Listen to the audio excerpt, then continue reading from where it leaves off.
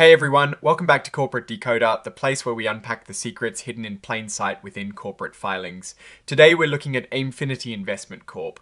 And let's just say they're playing a bit of an extended game with their business combination. So what is the big news here?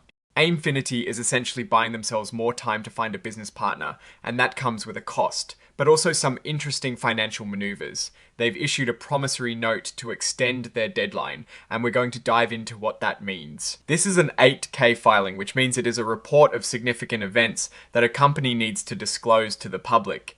Think of it as a company-S way of saying, hey, something important just happened. This filing is from Aimfinity Investment Corp. And they're telling us about an extension to their business combination deadline. They're trying to combine with another company called Dr. Inc. The report itself is dated the 29th of September 2025, but the main event it is reporting happened on the 28th of September 2025. This is the day they extended their deadline. This company is incorporated in the Cayman Islands.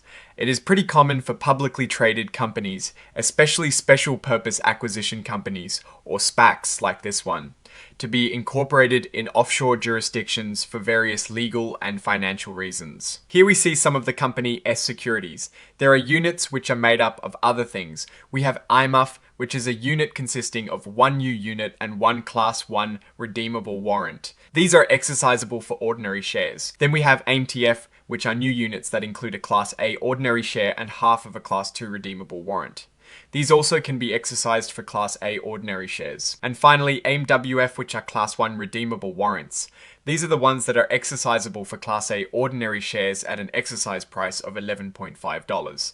This is the symbol we LLC mentioned in the press release later. Aimfinity Investment Corp. is classified as an emerging growth company. This means they get to follow some less stringent reporting rules, which is common for newer companies or SPACs. This section is about new financial obligations the company is taking on. Here is the core of the news. On the 28th of September 2025, the company issued an unsecured promissory note for $55,823.8. This note is called the extension note. This money is coming from Chang, who is a key person associated with the company's sponsor, Aimfinity Investment LLC. The sponsor is usually the entity that formed the SPAC. Why issue this note? It is to deposit funds into the company S Trust account. This deposit is what allows them to extend their deadline to complete their business combination by one more month, from the 28th of September 2025 to the 28th of October 2025. This is the last of 9 possible monthly extensions. Now, this is where it gets interesting. This note is T just a loan upon the successful closing of the business combination with Doctor. If this note is in T paid back, it will automatically convert into shares of the new combined company, which they call PubCo, at a price of $10 per S-share. This means Mr. Chang is essentially converting his loan into equity in the future combined business. This note was issued under a specific exemption from registration laws. This is common for private placements of securities, meaning it wasn't offered to the general public through a registered offering. This section confirms that there were unregistered sales of equity securities. In this case, it refers back to the promissory note that will be converted into equity. Regulation FD, or fair disclosure, is a rule that prevents companies from selectively disclosing important information to certain people. This section is about making sure everyone gets the same information at the same time. This confirms they put out a press release on the 29th of September 2025 to announce this 1-month extension. This is a standard disclaimer. Companies have to include these to basically say, hey, we're talking about the future here, and things might not turn out exactly as we expect. It is to protect them from lawsuits if their predictions don't come true. This is a pretty big list of potential problems, which is common in SPAC filings. The main worry is that the business combination might not happen. This could be because they can't get approvals from governments, or one of the other requirements to close the deal isn't met. Beyond the deal itself, there are risks tied to the industry Doctor is in, which seems to be health monitoring devices.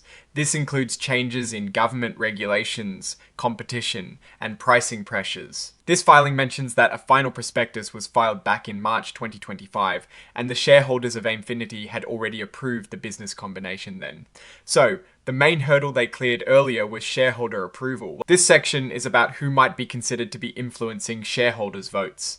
It is a regulatory disclosure point. This is where they list any documents attached to the filing. This is the actual extension note we've been discussing, filed as an exhibit. And here is the press release they issued. This is the official sign-off from the company's management. And here we see Fa Chang, the same person associated with the sponsor and receiving the note, signing off as the Chief Executive Officer. This means he is now leading the company as CEO, which is a significant leadership change. So, what is the story here, Aimfinity Investment Corp? I is in a race against time to complete a business combination with Dr. Inc. They've used up all their monthly extensions, and this latest one, funded by a $55,823.8 promissory note from Fa Chang, buys them until late October 2025. The interesting part is that this debt isn't just about extending time. It is set to convert into equity in the combined company. This suggests that the sponsor, through Mr. Chang, is committed to seeing this deal through and is comfortable converting their bridge financing into a shareholder stake at a set price. The company is in the business of finding and merging with another company, a SPAC. The target, Dr. Inc., is in the health monitoring device industry. The risks are pretty standard for a deal like this. Regulatory hurdles, integration challenges, and market-specific risks for Doctor.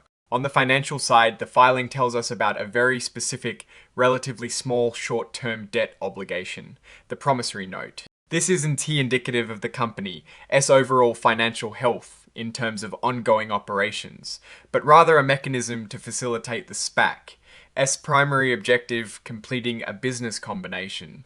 The fact that the sponsor is willing to extend the deadline for a small amount, which then converts to equity, shows a commitment to the transaction. It is not a huge sum, but it is enough to keep the deal alive for another month. Looking at it with a Warren Buffett lens, we're not seeing traditional financial statements here to analyze profitability or asset value, because this is a SPAC. The real value investor would be looking at the quality of the management team, the terms of the proposed deal, and the potential for the target company, Doctor, to be a strong performer post-merger. The conversion price of $10 per share for the note could be a signal about the perceived value of the combined entity. If they believe Doctor can achieve or exceed $10 per share in the market, then this note converts favorably for the sponsor. The main risks are clearly stated. The deal might not close. If it doesn't, the extensions and associated costs become effectively wasted money that doesn't benefit public shareholders. The opportunity lies in Doctor being a successful company in the health tech space. If Doctor has strong fundamentals and growth prospects, then this extended timeline might just be what was needed to get the merger across the finish line. In conclusion, Aimfinity Investment Corp. is on the final stretch to merge with Doctor. The latest filing shows a commitment from the sponsor to buy more time.